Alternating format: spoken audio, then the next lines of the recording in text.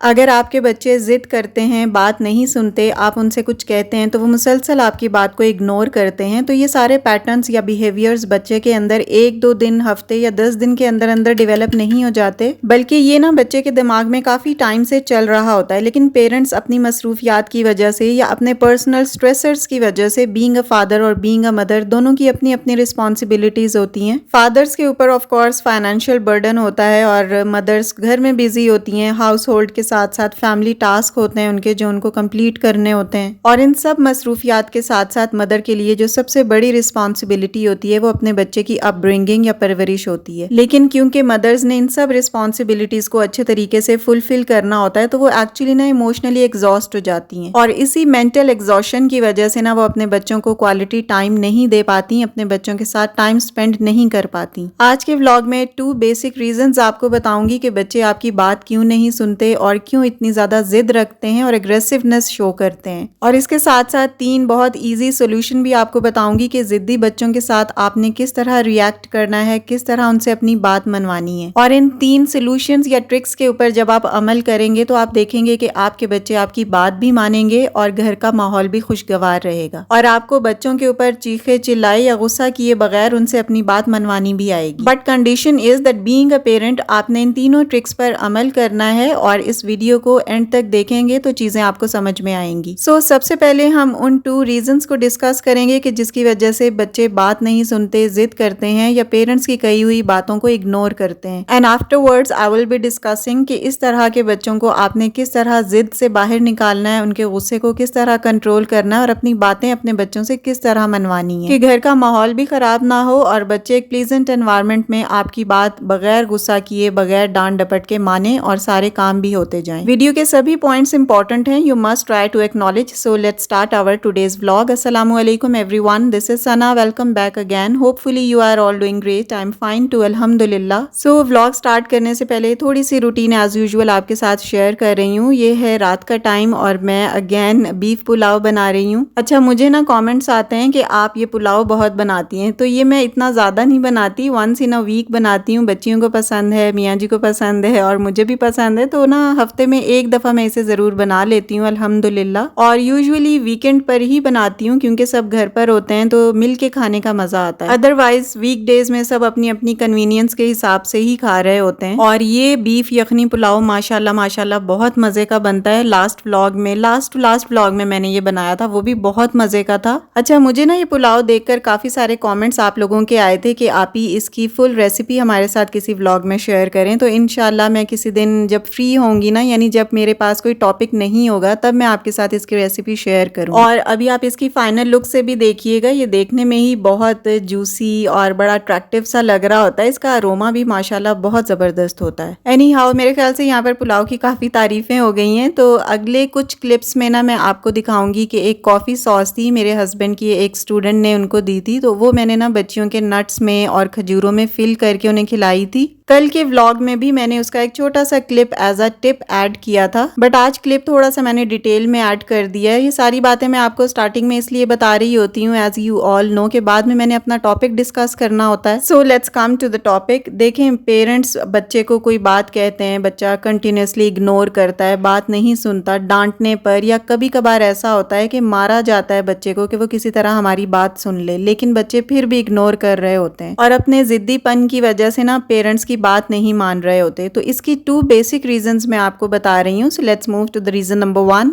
Which is empathy threats.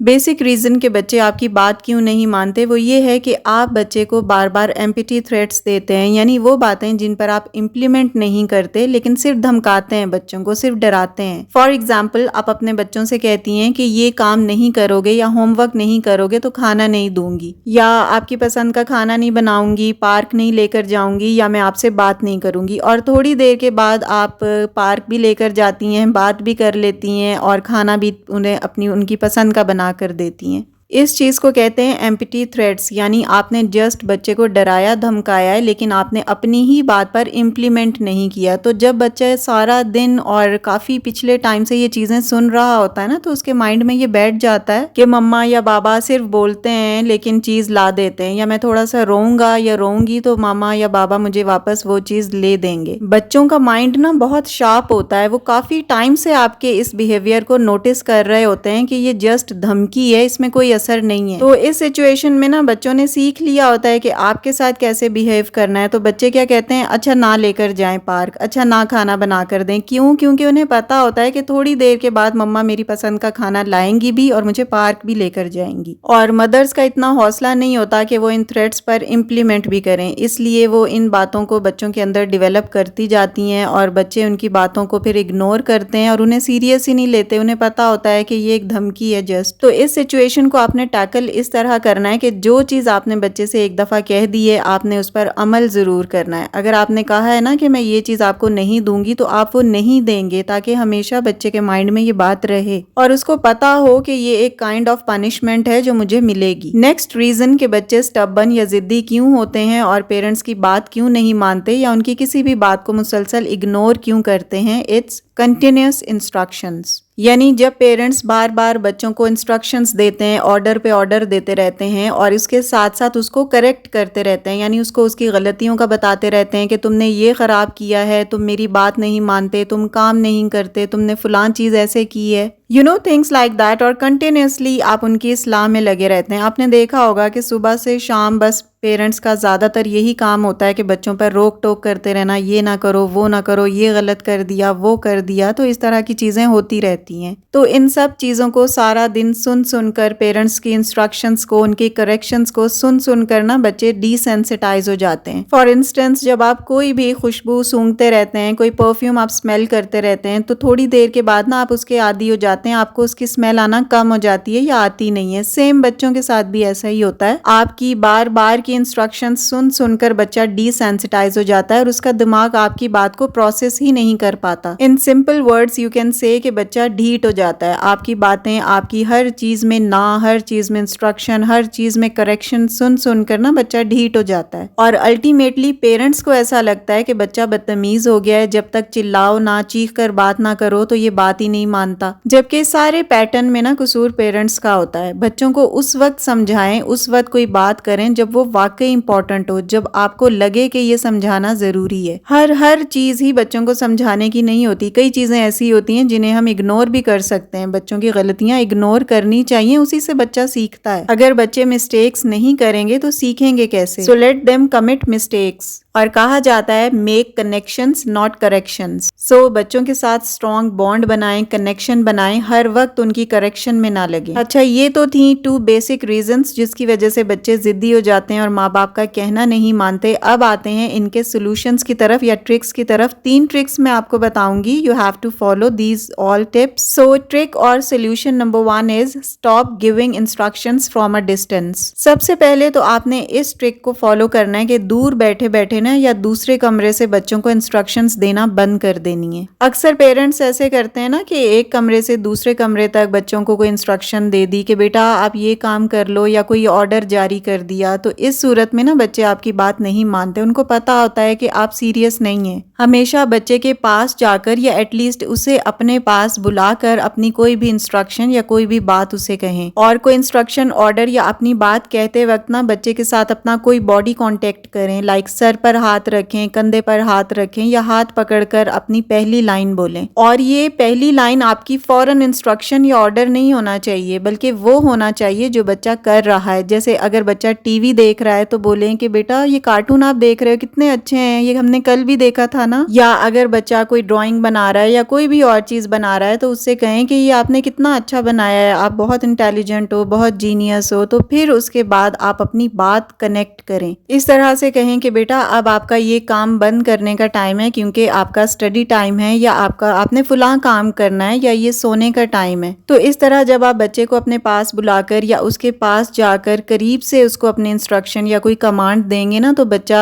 आपके चीखे चिल्लाए बगैर आपकी बात सुनेगा। और साथ में अगर आपने बॉडी कांटेक्ट किया है, लाइक उसके हाथ पकड़कर या सर पर या कंधे पर हाथ रखकर जब आप अपनी बात कह रहे हैं, तो इससे बहुत ज्यादा एफिलिएशन होती है और बच्चा आपकी बात मानता है। तो इस बात को, इस ट्रिक को हमेशा याद रखें कि बच्चे के पास जाकर बात कहनी है या उसको अपने पास बुलाकर करीब से बात कहनी है, दूर दूर से इंस्ट्रक्शंस नहीं देनी। इस तरह बच्चा उस चीज को सीरियस नहीं लेता। और दूसरी बात यह कि आपने उसे बॉडी कांटेक्ट करना है। एक्चुअली मदर्स के पास खुद इतना टाइम नहीं होता, काफ़ी सारी उनकी इंगेजमेंट्स और रिस्पॉन्सिबिलिटीज़ होती हैं कि वो बच्चे को इस तरह से गाइड नहीं करती। अगर वो बच्चे को इस तरह करें ना, तो बच्चा ज़रूर उनकी बात मानेगा। उनके पास जाएं, बॉडी कांटेक्ट करें, पोलाइटली उसे समझाएं, तो बच्चा कैसे बात नहीं मानेगा। और हम इन सब चीज़ों की कंप्लेन या ब्लेम बच्चों पर कर रहे होते हैं, हालांकि बच्चों का इसमें कोई कसूर नहीं होता। सारा जो मिस्टेक 90% मिस्टेक्स है ना, वो पेरेंट्स की अपने बिहेवियर की होती हैं। सोल्यूशन और trick number 2 is use positive tone. जब भी आपने बच्चे को कोई भी इंस्ट्रक्शन या ऑर्डर देना है, लाइक सो जाएं, पढ़ लें, होमवर्क करें या खाना खा लें, तो आपकी टोन हमेशा पॉजिटिव होनी चाहिए इंस्टेड ऑफ येलिंग और क्रिटिसिज्म।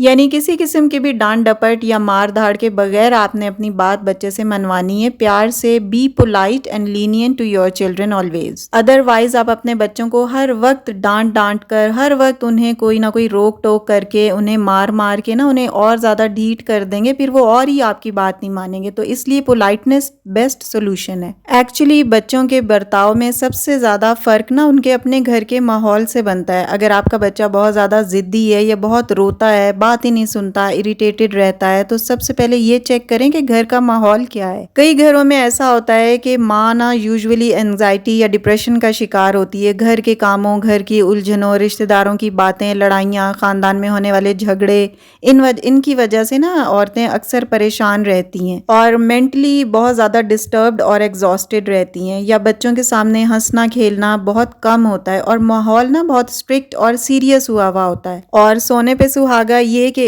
ऐसे माहौल के अंदर बच्चों को सिर्फ ऑर्डर और इंस्ट्रक्शंस ही दी जा रही होती हैं। अगर आपने अपने बच्चे को खुश रखना है ना, तो खुशी का एक माहौल भी आपने उन्हें देना है। सो ट्रिक और solution number 3 is get down to their level. अगली चीज बहुत इंपॉर्टेंट ये है कि बच्चों को जब भी आपने कोई भी बात समझानी हो ना, तो उनके लेवल पर जाकर समझाएं। उनको अपने जितना कंसीडर ना करें। वो बहुत छोटे हैं, उनका माइंड भी छोटा है, वो उन चीजों को वैसे नहीं समझते जैसे पेरेंट्स समझते हैं। So be engage with your children at their level, making eye contact. हमेशा बच्चों को ना उनके लेवल पर आकर ही चीजों को समझने दें। जैसे कई चीजें बच्चे किसी और एस्पेक्ट से देख रहे होते हैं, पेरेंट्स किसी और एस्पेक्ट से देखते हैं। हमें कई काम छोटे लग रहे होते हैं, लेकिन वो बच्चों के लेवल पर अगर हम देखें तो वो उनके लिए बड़े होते हैं। लाइक अगर हमने उनको कोई टास्क दिया है कि आपने ये काम करना है, तो उनको वो बड़ा लग रहा होता है। तो इस तरह करने से कि आप टास्क को ब्रेक कर लें स्मॉलर स्टेप्स में। यानी बच्चे को आपने जो टास्क या जो भी काम दिया है ना, वो आप अपने अकॉर्डिंग ना करवाएं उसे, बल्कि उसके अकॉर्डिंग उसे चलने दें। उसे छोटे छोटे स्टेप्स में उस टास्क को कंप्लीट करने का कहें, तो ये बच्चों के लिए कन्वीनियंट भी होगा और वो खुश भी रहेंगे। खुश वो इसलिए होंगे कि उनको जो टास्क मिला था वो उन्होंने सक्सेसफुली अचीव किया होगा और अल्टीमेटली उनका कॉन्फिडेंस लेवल भी बूस्ट अप होगा।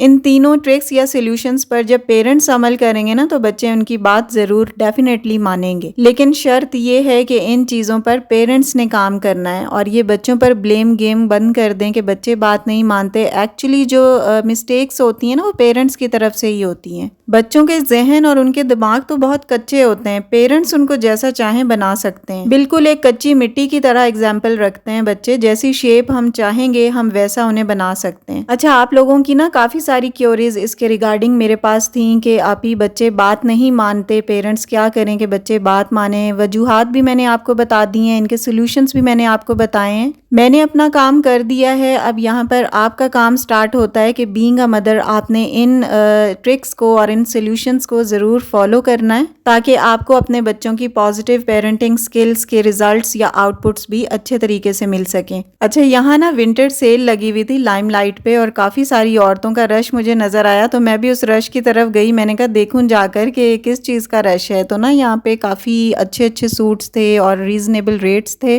तो बस मैंने भी यहाँ से ना विंटर के लिए 2-3 सूट्स कलेक्ट किए। माशाल्लाह काफ़ी अच्छे थे। किसी व्लॉग में आपके साथ शेयर करूँगी। और प्राइस भी काफ़ी रीज़नेबल थी। शर्ट इनकी 1800 की मैंने 2 ली थी और एक 3 पीस सूट था। तो आपके साथ ना इंशाल्लाह किसी व्लॉग में शेयर करूँगी। आज की वीडियो को यहीं पे ख़त्म करती हूँ। अच्छी लगी हो, कोई पॉइंट आपने सीखा हो तो प्लीज़ लाइक और शेयर कर दीजिएगा। And if you are new on my channel please do subscribe. See you very soon in the next video with the brand new content. Till then stay happy, stay fit and take very good care of your self. अल्लाह हाफिज़ and take care a lot.